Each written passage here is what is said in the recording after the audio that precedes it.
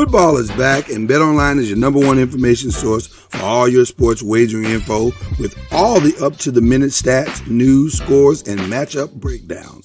Hey, everybody, it's Lloyd Spence, and listen, get the latest game odds, spreads, and totals from the NFL and college football at your fingertips with BetOnline's real-time updates on statistics, news, and odds. From week 1 all the way to the college football playoff and Super Bowl, BetOnline gives you access to the best football promotions and contests available anywhere online. So head to the website today or use your mobile device to get in on the action. And remember to use our promo code BLEAV, B-L-E-A-V, to receive your 50% welcome bonus on your first deposit. It's BetOnline. It's where the game starts. Tell them the Noisemaker sent you.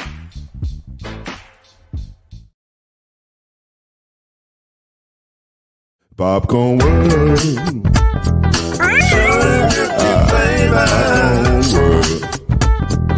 Popcorn World. Yeah.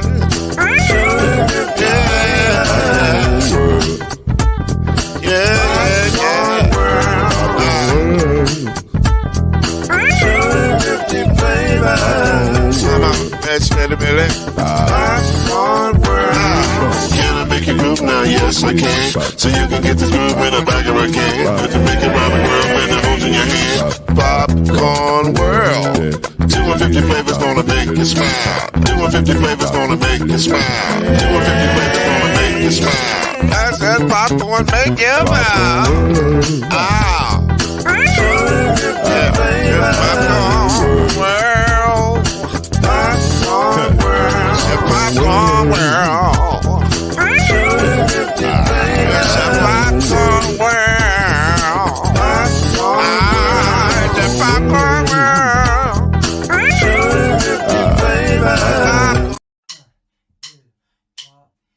You're now listening to BLEAV in the ACC with Heisman Trophy winner and Florida State legend, Mr.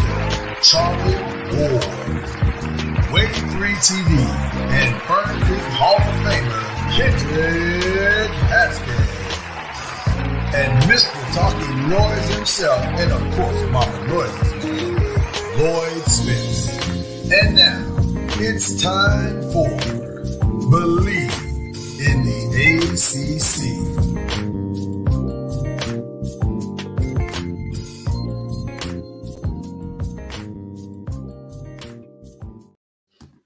Of Facebook, YouTube, LinkedIn, Twitter, or X and beyond. Don't be alarmed. We're here. We're glad to be here with you. We're here. We're there. We're everywhere. We're everywhere. Let me just start out in the most honest fashion that I can start. My guy, Kendrick Haskins, y'all, if you live in Louisville, you know what he just did this morning. Yeah. And I'm not even, he deserves a humble flex, but I'm not even going to give it to him because I'm so excited about this shirt. That is the Louisville shirt of all time. I can't talk about it right now. But for if you know, you know. If you know, you know. Okay. I just want to give you your props, brother, because you have earned that this morning, my guy. Hey, right. You rocking that Stevie Wonder, though. Huh? I said, you rocking that Stevie Wonder, I'm trying to give you Stevie in all his fine glory. So that's, I'm trying to give it to you. But my Stevie compels deeply in comparison to the legendary Toy Tiger. And again, if you know, you know. All right. We are glad to be here with you guys this morning for another great episode of BLEAV in the ACC. And Charlie Ward will join us un momento. Matter of fact, I believe this might be Mr. Ward pulling up here in just a second. Yeah, that's Charlie Ward. There he is. Coach Junior. Coach Junior's in the building. Choosing to do guys. it from the Lambo. Is that the Lambo? What is that? Are you in a limo or a Lambo or what's going on here? Charlie, that's how rumors get started, isn't it? Exactly. I'm in my car. He's in his car. That's all y'all need to know. That's all y'all need to know. Well, I'm glad to see both of you, obviously. Gonna be an interesting show.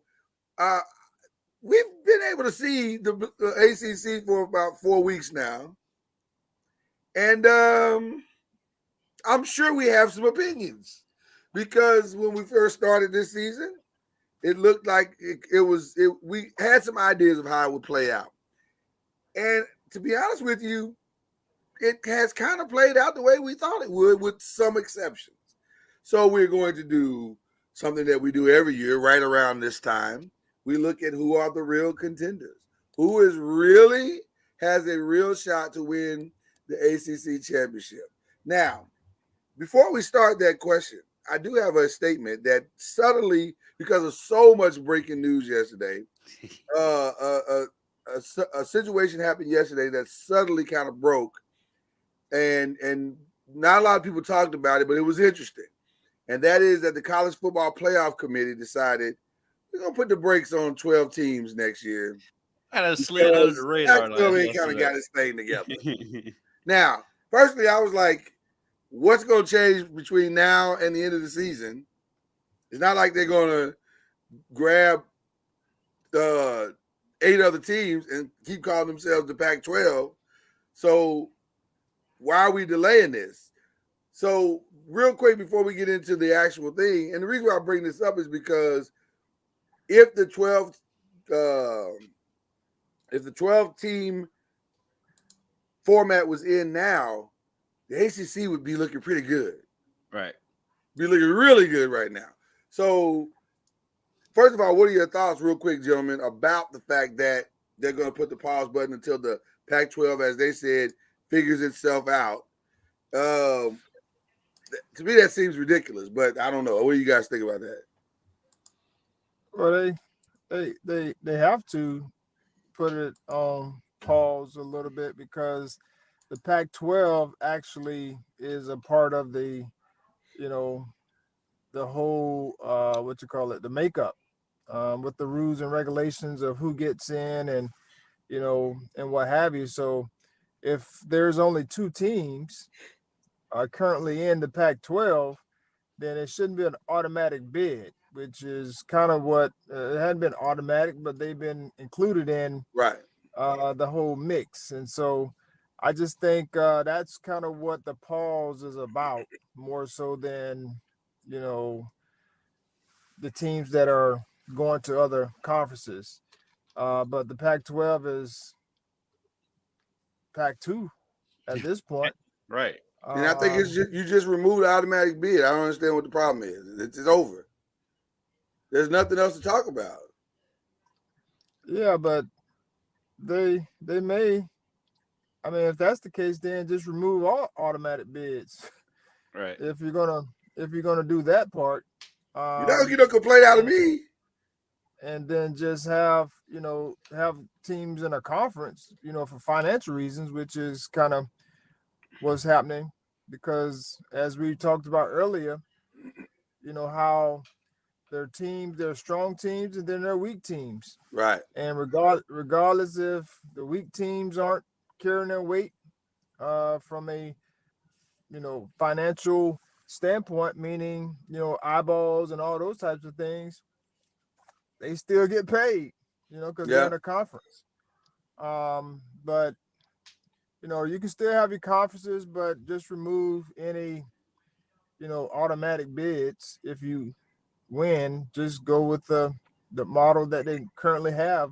They're choosing the 12 already from other conferences. Just make it where you have your conferences and your top teams are going to get drafted anyway.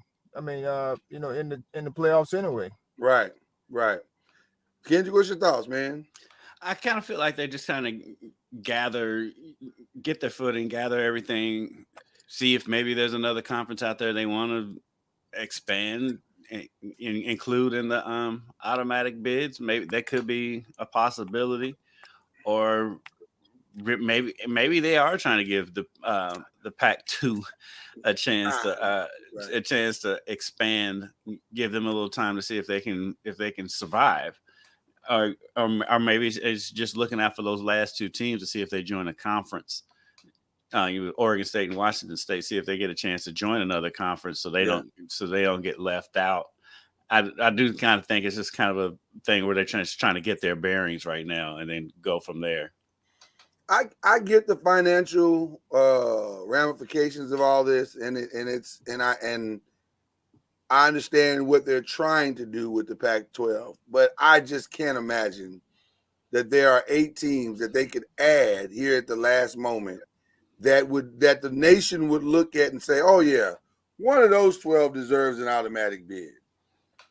I don't even think they're going to necessarily be 8. I mean, who's out there? I mean, I guess San Jose State could, I guess, would be. See, right off the bat, you're saying San Jose. The team that I would, if you're going to say somebody first, it would be Boise State. Yeah, Boise State. Yeah. Which would be like a good partner. But why would they do that? How is the Pac? Only reason they do that is that the committee would say to the Pac-12 and say, "We're going to let you keep that automatic bid." That's the only attractive thing left, because the TV contract's not going to be great.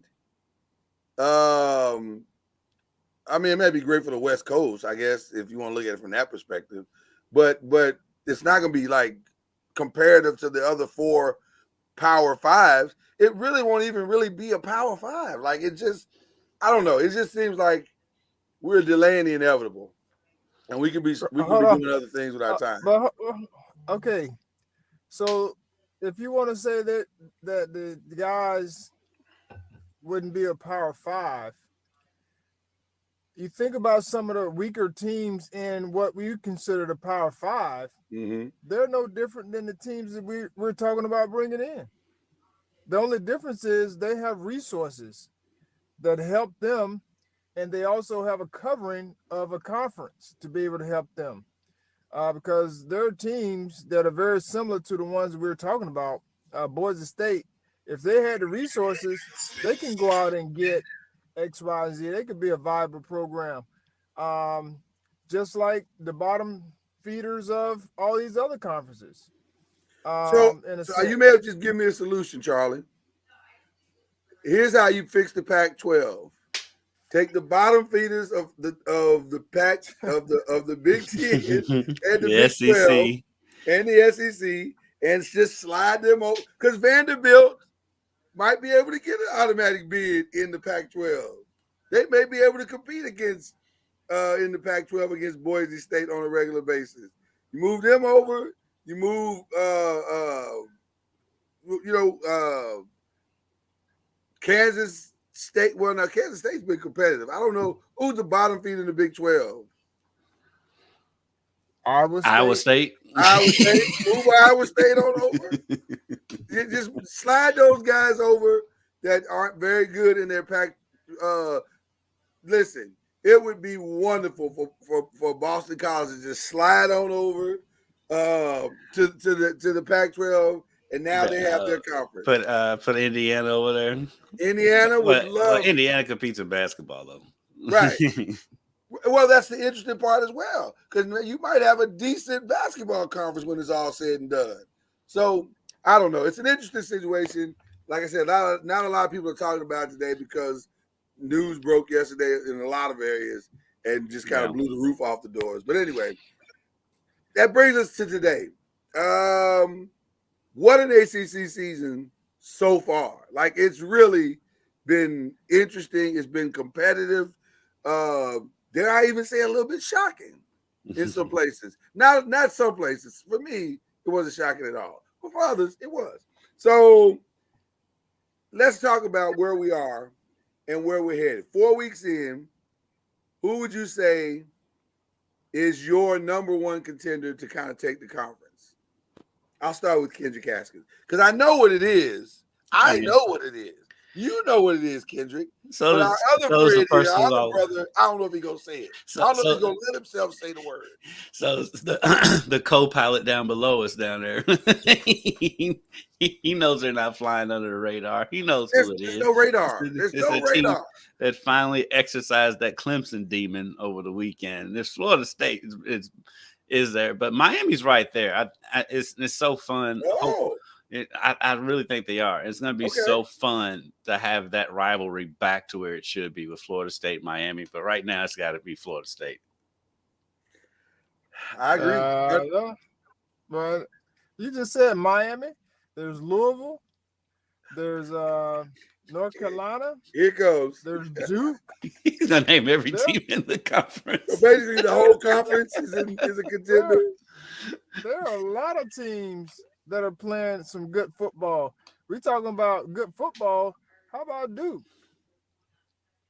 Duke's playing really good. Listen, 100%. We'll find out about Duke this weekend. 100%. But the creme de la creme is a team that you are wildly familiar with, sir. I'm sorry. It's just what it is. And I'm gonna even say this.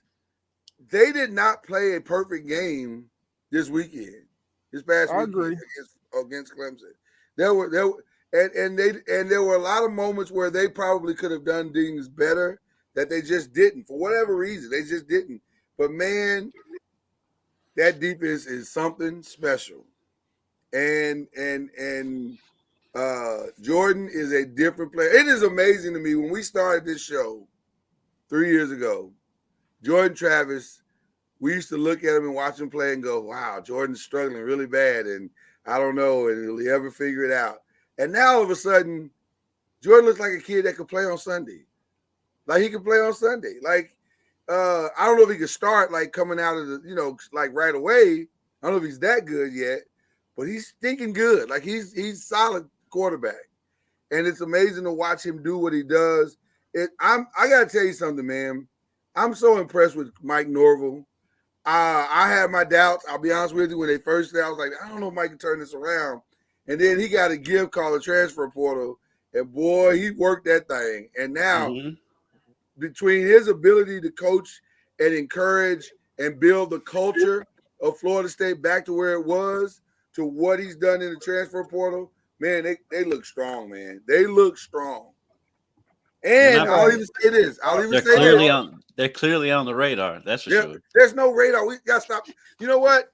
This is not even a radar thing. You know what this is? This is a flyover at the Super Bowl. Like you can clearly see the plane in the air. They're right there. You can see it. You can hear it. You can hear it coming miles away. There's now expectation that we expect them to be this good at this point. So what about the other teams that are really doing well? Like well, listen, I know you're wildly uncomfortable with this, but we will get into them. But I do want to just bring up their schedule real quick. Can we do that, Charlie? You mind? If we just bring up the schedule? Yes, my alma mater is playing. They're 4-0, and they had a very good win on the road. People were clowning on the win because they didn't pull away and Clemson was unranked and all that kind of jazz. But it was a solid win because, as you mentioned, they didn't play their best.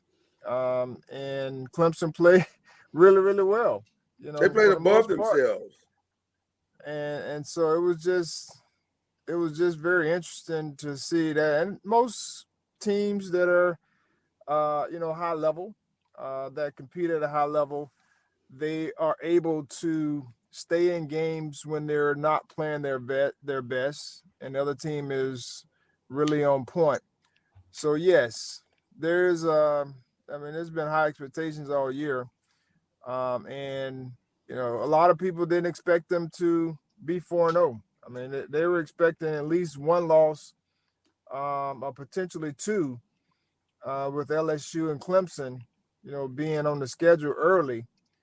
And so now it's just a matter of just not falling into the trap, which I don't think they will, because they have a lot of veteran guys, and the coaching staff is on their head all the time. Yeah. And so you may have some lapses here and there, but for the most part, you know what you're going to get every single week. Well, listen, I'll tell you this schedule really flipped on its head a little bit as this season has unfolded.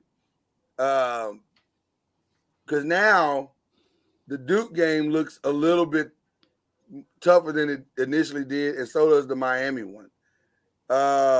And that back half of the schedule could be interesting, but I don't think there's any game that they can't win. And it sets up quite nicely for them to make that ACC championship game. Syracuse So is gonna be I'm very excited to see where this is going. What are you saying about Syracuse? Syracuse will be a tough game. Syracuse is look at that smile. I actually agree with Charlie. I think Syracuse will be interesting. Yes.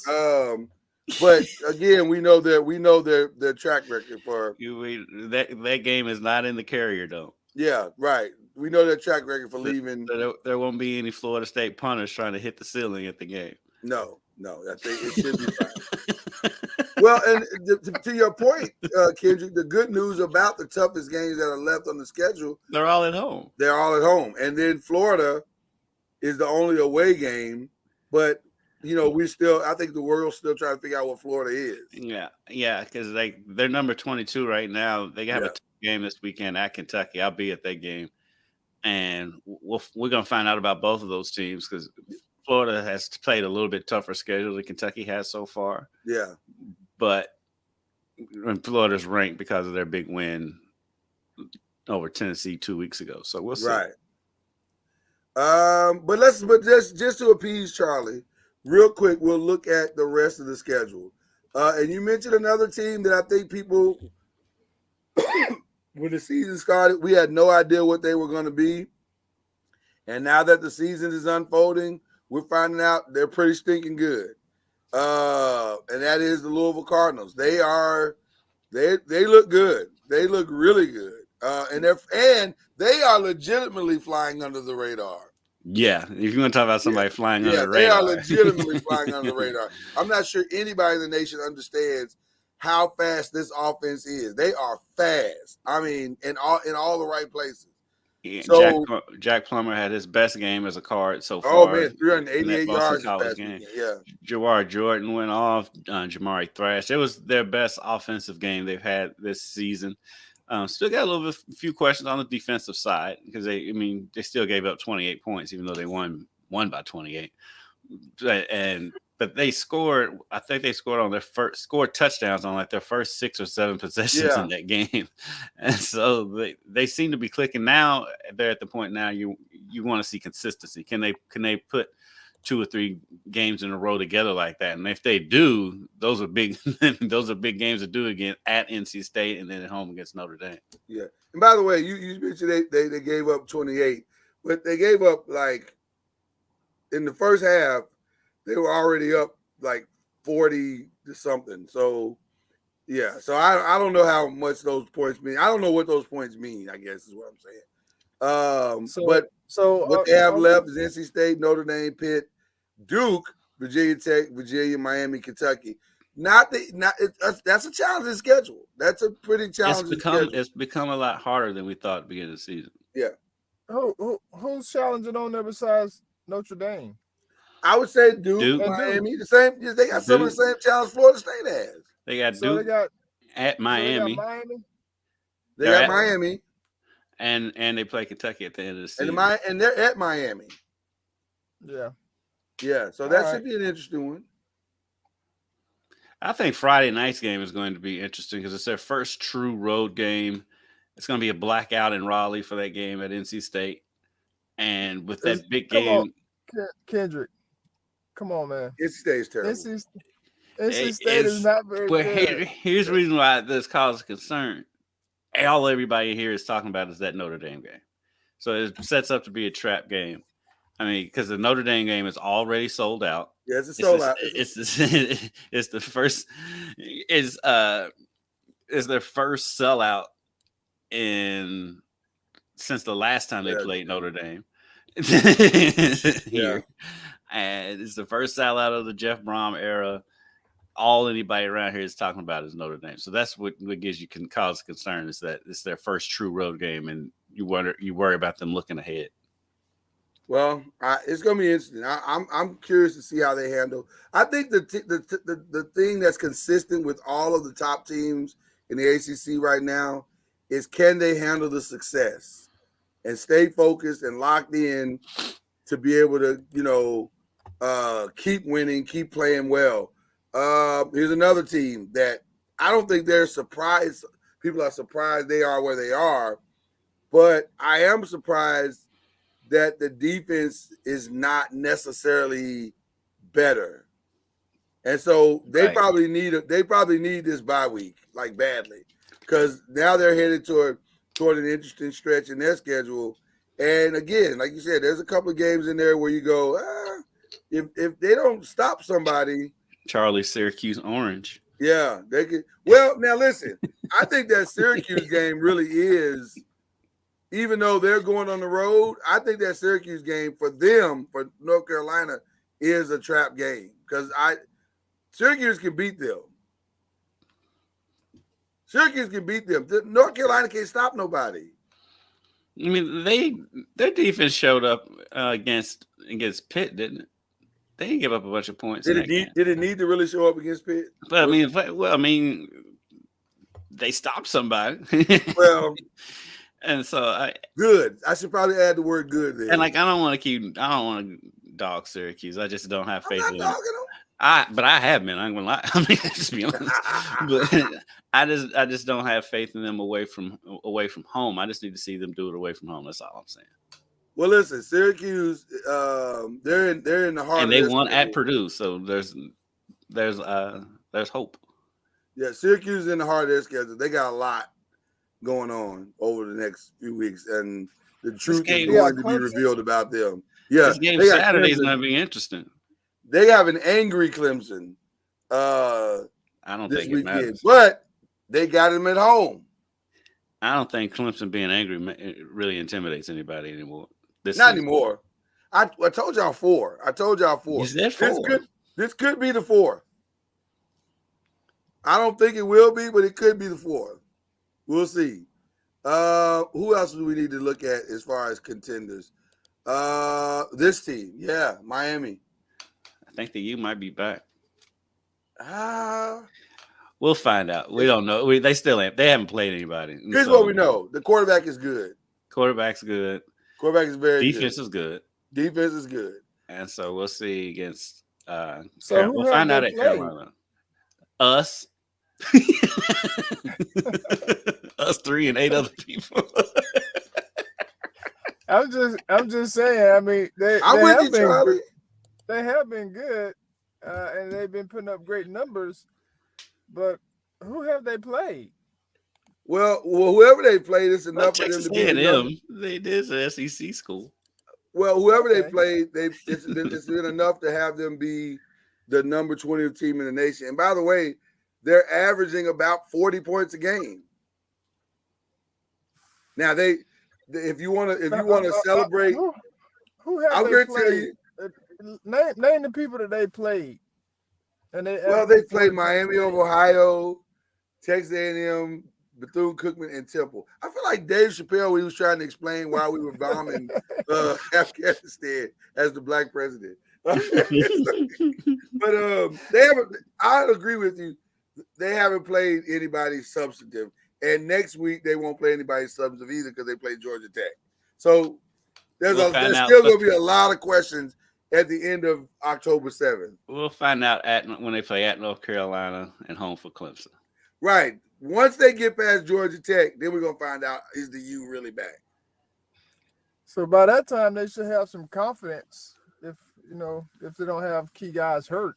But I would think they got confidence now. Their minds, listen, they're putting up 40 a game. In their minds, they are great. The fan base is probably at a fever pitch. They're like, man, we are ready. We're going to make a run this year. Now remember, it's the same team that lost at home at Middle Tennessee last year. So they have played somebody. If you look at it, that's on that scale. just out of respect, do we put Clemson up? I mean, I would imagine the season is relatively over as far as an ACC championship. But I saw odds to win the ACC yesterday, and Clemson was like plus 2,200 or something like that. It was crazy. Still? Yeah. No, that's over. No, 2,200. I mean, they was behind U of L on that. They was like, over. yeah. It's worse than that. Stranger things have happened. And That they would have be one guys of the strangest things that ever happened. I told you, you need quality depth if you're going to play a season. Yeah. And if you don't have it, I mean, at some point you're gonna struggle. And so that's kind of where Clemson is right now. They didn't really have any big play wide receivers. I mean, most of their catches were, short Yeah. range. There's nobody that you felt can beat you deep, and what have you. And so that was different. I mean, they looked like they got some guys, but they didn't look the part. Or put fear in your heart, I should say. Well, they don't have a quarterback that can get the ball downfield accurately like that. That's the problem. That's probably his best throw. Is the one down the field. They don't let him throw it. I've watched 3 games and they don't let him throw it. Every now and then they'll let him. Well, let me say this: either they don't let him throw it or he doesn't see it. He doesn't have the time. He doesn't have time either. His line hasn't really kept him upright either. You think his line's been? Well, I don't know. You know what? I look at him in that line. Somebody like Shedeur Sanders, could he play behind that line? I mean, it'd be an upgrade of the line he's playing behind now. That's what I'm saying. So I don't want to absolve. It's hard for me. I just don't think Cade Klubnik is that dude. Like, I'm not trying to, I know he's a kid, so I'm not trying to. Sophomore. Yeah, he's just a sophomore. I think the verdict's still out on him. But that boy got the happy feet. He be back there dancing. So I want to ask you this question. Sure. Clemson has 2 losses, right? Yep. They're the only other team that has 2 losses in the conference besides them is Boston College. So they played 2 quality teams. Their 2 losses are quality losses. Yeah. And so if you look at the stat sheet from both of those games, should they have lost the game? That's a great question. Actually, no, they shouldn't. As far as Clemson is concerned, no, they shouldn't have. Both of those games that they lost, they shouldn't have lost. Like, because if you look at the stat sheet, we were only able to rush 22 yards. Of course, some of that was because of sacks. But they were like something crazy on 3rd down. They're really good on 3rd down. And at the end, they missed the field goal to put them up. Not saying they would have won the game, but they missed the field goal to put them up late in the game. Right. And so when you start thinking about their loss, I think, what was the first loss they had? Oh, Duke. They were inside Duke's 10-yard line numerous times and didn't score. Whether it was a missed field goal, a fumble, whatever the case may be. So the 2 losses, they've actually outplayed both teams, and they've lost both games. I think outplayed is a little strong. I don't think they outplayed Duke at all. I don't think they outplayed Duke at all. But they definitely stayed in step with Florida State, for sure. But I'll say this. That, to me, is the reason why I don't think they can win, is because that attention to detail that they've always had that. They don't have that this year. Listen, desperate times are in order when Dabo has to get on the phone and call a guy who has a full-time job and say, hey, man, I know you're working in corporate America now, but we really would like you to kick this Saturday. That's not a sign for better things to come. So, well, my thing with Clemson is not any of that. My thing is they've got 2 conference losses, so they're eliminated for the most part. Yeah, they can win out. They've got 2 losses, and they can't afford. Listen, there's like you said, there's an outside wild multiverse scenario where everybody ends up with 2 losses and Clemson gets back in the mix. I'm sure, but I just don't see people having 2 losses. A lot of people having 2 losses this season with what's left. And again, we think the Miami game could be tough. It may not be. We may come out of the North Carolina game and go, oh, Miami is exactly what they've always been. All right. And so it's going to be an interesting second half of the season. Let's jump into, not second half of the season, middle of the season. I said that way. Let's jump into our week 4 results real quick. We're going to run through these quickly. NC State, I got to tell you, man, I was a little heartbroken over this one because Virginia had this. They had it. And they just kind of stumbled at the end. And the saddest part of the game was when the Virginia fans came down and all stood behind the NC State field goal, trying to distract the field goal kicker from a 27-yard field goal kick. And they were ready to storm the field. And it was like, nah, it's not going to happen. So I don't know. It was very sad to me, but keep trying, Virginia. You're getting closer, I hope. Syracuse did what Syracuse did. They won against Army. No surprises there. Man, I want to thank both of you because I almost made a horrible decision here. And at the final second of deciding, I chose Marshall, which probably saved my weekend. Man, Virginia Tech. Wow, I didn't realize they're not that good, man. We need them not to be good one more week. I think you're going to get your wish, brother. I think you are going to get your wish. Duke is doing Duke things now. Isn't it amazing to be in a world where we expect Duke to win now? I mean, we've been here before. We've been here before. Not like this though. I think this Duke team has been dominant. Like they've been really dominant. So, and like I said, Miami beat Temple. Georgia Tech blew up all of our picks. This was a pick'em game from the start, and we knew that. But man, Wake Forest and Georgia Tech, you never know what you're gonna get from those 2 teams. And Georgia Tech got the win. Boston College, they showed up. They showed up. They were there. They were on the field, which is amazing to me because they pushed the second half of that game against Florida State was actually really good. And I don't know what happened in this game. They looked terrible. So we let them. Yeah, Florida State let them back in the game. Yeah. Yeah, we were up 2 touchdowns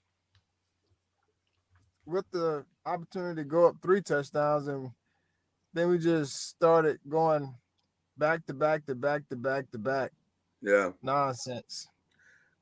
Here's what I would suggest to Boston College. Try recruiting skill position players all in the same year. Because if you can do that, you can win some games. Like you had 3 years of Zay Flowers and no quarterback. Now you got a decent quarterback and no receiver. So if you could recruit them all at the same time, that would probably help you out tremendously. Just that alone. Over and overtime, we talked about it a minute ago, Florida State, Clemson, great game. The defense for Florida State showed up big time. Massive scoop and score that basically saved the game for Florida State. And just a really good game. It was a really good game. Florida State overcame a lot of mistakes to pull this one out. UNC dominated Pitt as we thought they would. No surprises there. UCLA in our pick'em games.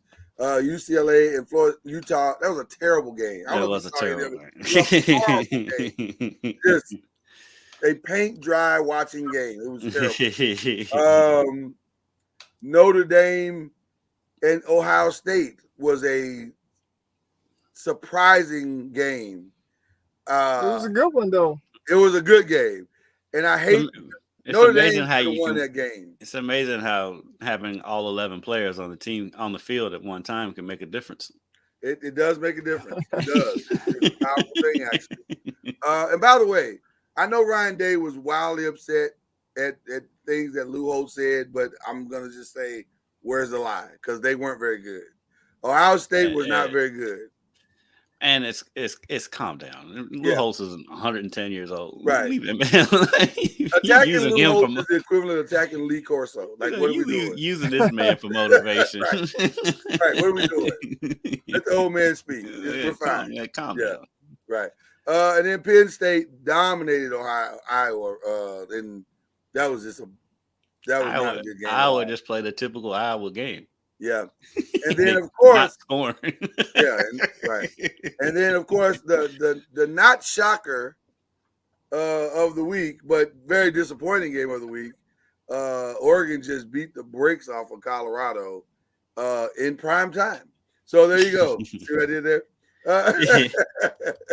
So there were your games of last week, and that leaves our records at 42-8 with Kendrick, since he needs to be in the lead. I don't know what that's about.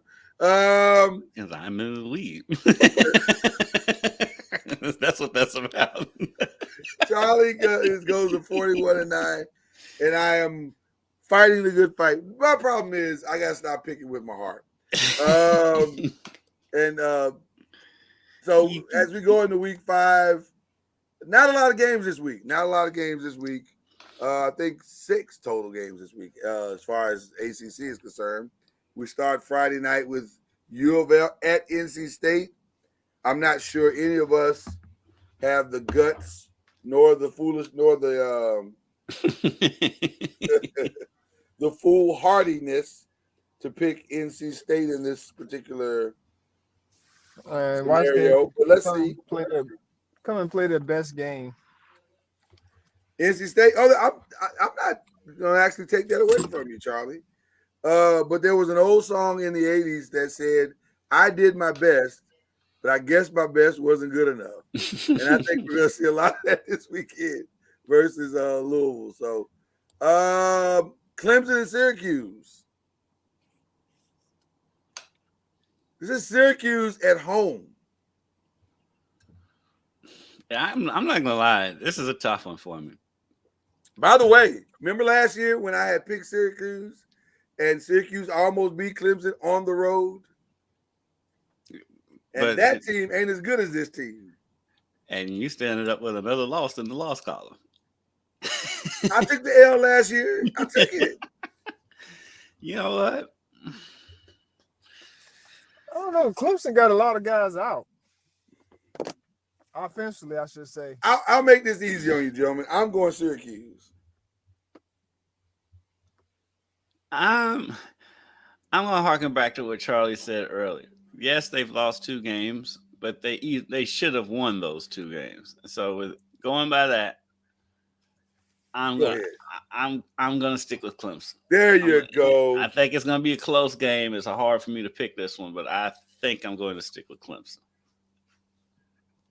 Yeah, I'm unsure on this one because, as I mentioned, Clemson has a lot of injuries that they're dealing with, especially offensively. And Syracuse has the better quarterback. But the thing about Clemson is their defense is solid. Defense is solid. It's hard to pick against Clemson going, after a loss. I'm going to go with Clemson. All right. There it is. Virginia at Boston College. This is oh wow. I just realized it's funny. When we were putting this together in my mind, I never saw it. I never saw the 2 teams. I just typed them out. And now that I'm seeing it, I'm going, oh, I just realized what I just said. Oh man. I'm gonna go with Boston College. Charlie, still. This is definitely a really tough one. At some point, Virginia's going to put it together. But I feel the like they're getting quarterback at closer Boston every week. College They is are. good. Yeah.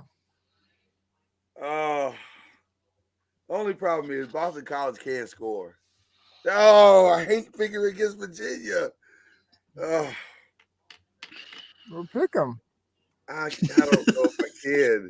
Listen, I'm already taking risk in other places. I can't keep taking risk everywhere. I gotta be solid in some of these picks, and I don't know if that's a solid pick. This is a pick 'em game. This It is a pick-em game. Oh man, I'm struggling with it too. I think I'm gonna go with Boston College just because I believe in the quarterback. and see, I feel like I That's have the to only go reason Boston I'm going. College now because y'all picked Boston College, and I can't get that far in the hole. I'm going Boston College. It could be your chance to climb out of the hole. No, I gotta save that for the second half of the season. It's too early to fall that far behind. Okay. Bowling Green State and Georgia Tech. Surely Georgia Tech gets this win. Yes, they've been playing good football. Yeah, surely Georgia Tech gets this win. They actually have been playing pretty decent football. Then we got Pitt and Virginia Tech. You know what? These are all pick'em games. Yeah. I'm going with Pitt though. Yeah, I'm with Charlie on that one. Virginia Tech, I'm not too high on at this point. And Pitt, say that, and then Virginia they're Tech not comes out. bad. I mean, they're not great either, but they're not bad. Their quarterback is tough. I'm going to say Virginia Tech because it's at Virginia Tech. And Pitt has not proven that they can win on the road yet. But is Virginia Tech do they still have the support that will be a game changer or a difference maker? That is going to be the question. That is going to be the question. And then finally, Notre Dame and Duke. That's another tough. That's a tough one. You can make a case that this game is tougher than the game last week. I think Duke is better than Ohio State.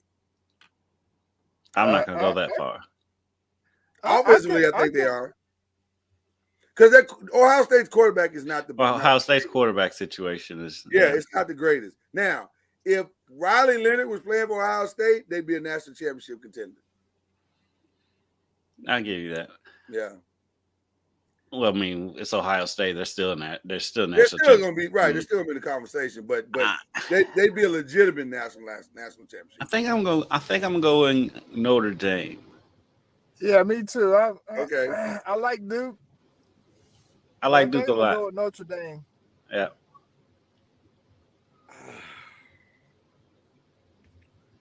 I bet on Duke early in the season. They paid big dividends for me. Should I bet on them again? I'm going to be so far behind if I get this wrong. Man, vote. 6:30 start. 6:30 start at Duke. Charlie. Charlie, you know what? Charlie is like that little guy on my shoulder. Go ahead and do it. Go ahead and do it. It's fine. And then I do it, and then I'm in trouble. Hey, we have to make choices. We have to make choices and live with the results. Charlie, don't do that. Don't do that. I went Duke, actually. I'm going Duke. I'm taking the risk. All right. Your pick one game this week. Your choices are Utah and Oregon State. Really, this is the only reason I had this game because it gives me a chance to say DJ Uiagalelei. There's no other reason. Hit the button. Why am I hitting the button for that? Because you humble flexing that you know how to say DJ Uiagalelei. And that was a humble flex. That's different than what you just did with this shirt. That's okay, and I'll let you live with that shirt. Well, because this shirt, it's a Louisville legend. It's a Louisville landmark. A Louisville legend. It's a Louisville landmark that's now Thornton's gas station. That's fine. That's fine. The other game is Florida, UK, which you will be attending, Texas A&M, Arkansas, and LSU, Ole Miss. Man, these aren't any gimmies. Right. We can't keep giving gimmies every week. What are you guys doing? since I'm going to that Florida-Kentucky game, I'm going to pick Kentucky in that game. Really? Oh. Yes. I'm not sold on Florida. I just think they beat Tennessee at home. Because I also watched Florida play at Utah. And it was a dumpster fire. So I'm going with Kentucky. Utah mucks games up. Like they do. I mean, hence that 14-7 game. Right, that was a terrible game to watch. Golly. All right, what you going, Charlie? You going to join Kendrick? Utah, Oregon State, Florida, UK, Texas A&M, Arkansas, and LSU. I'm gonna go. I'm gonna go with the Arkansas. Texas A&M game. Okay. I'm going with Arkansas to Arkansas at home. That's a game where the Arkansas fans are going to be at a fever pitch because the coordinator for that game is coming back. He's the team. Oh, yes. He's the guy that set their team back 7 years. He should come in on a motorcycle. He should listen. or Arkansas's head coach should come in on a motorcycle just to rub it in his face. Shout out to Bobby Petrino, boy. Ruining franchises one stop at a time. All right, I'm going to go. But he keeps getting jobs. That's the weird part about it. He's clearly an amazing head coach amazing coach because offensive coach. Despite his past. His offense puts up points. Yep. I think I'm going to go LSU Ole Miss and Ole Miss did not look good last week against Alabama. They look terrible. I'm going to say LSU on the road. LSU on the road gets that one. All right. And then just for fun, it will not count against your overall record. Just for fun. Do the Colorado Buffs redeem themselves this week at home against the USC Trojans? No. I think USC, they're offensively strong. Their defense isn't great. No. Their defense is, like you say, not great, but they are they're okay. I mean, they're not bad, to where they're just hot garbage. Right. They're not that bad. So I just think Colorado's in a place where they're going to have to try to figure out, and they have guys going to be out. So now, I mean, this is what we talked about early in the year. Your quality depth. What kind of depth do you have? Yeah. And when you start getting guys out of the mix, who's going to be taking their place? And so that's where they are now. And by the way, I have not heard yet that Shiloh's going to play. Shiloh left the game. Well, he didn't leave the game, but after the game, he was kind of spitting up blood, and they had to take him, rush him to the hospital. Mm-hmm. So I have not heard yet that he's going to play. I think that he is, but as of Tuesday, he wasn't for sure playing. So if Shiloh doesn't play, there's no back end coverage whatsoever. And by the way, Caleb Williams is going to be equally as angry as the Oregon coach, because with all due respect to Shedeur, who I love and I think is a talent on par with Caleb,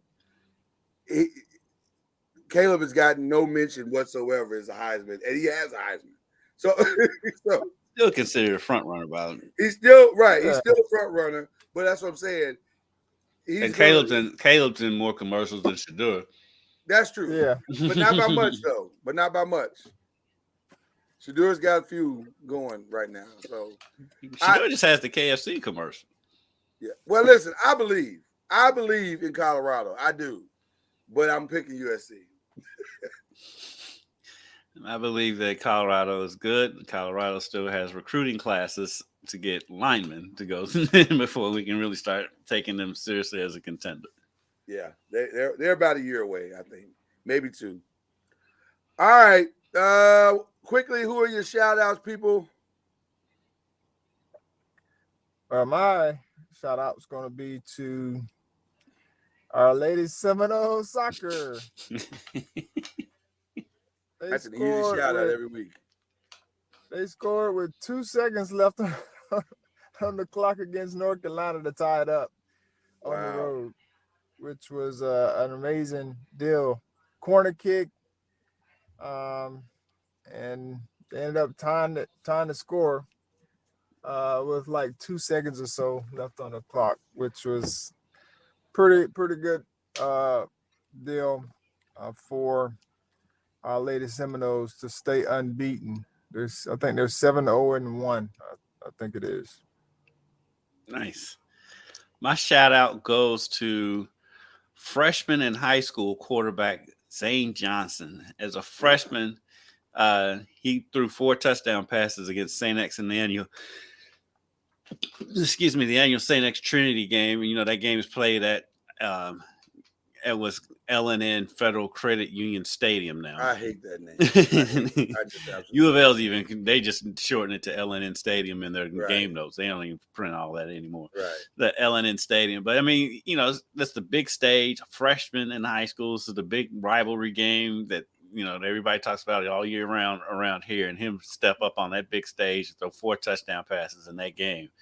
It's big for him. So a big shout out, Zane Johnson. He was also our touchdown Friday night player of the week. Yeah, that's impressive. Real quick, my shout out has not changed from last week.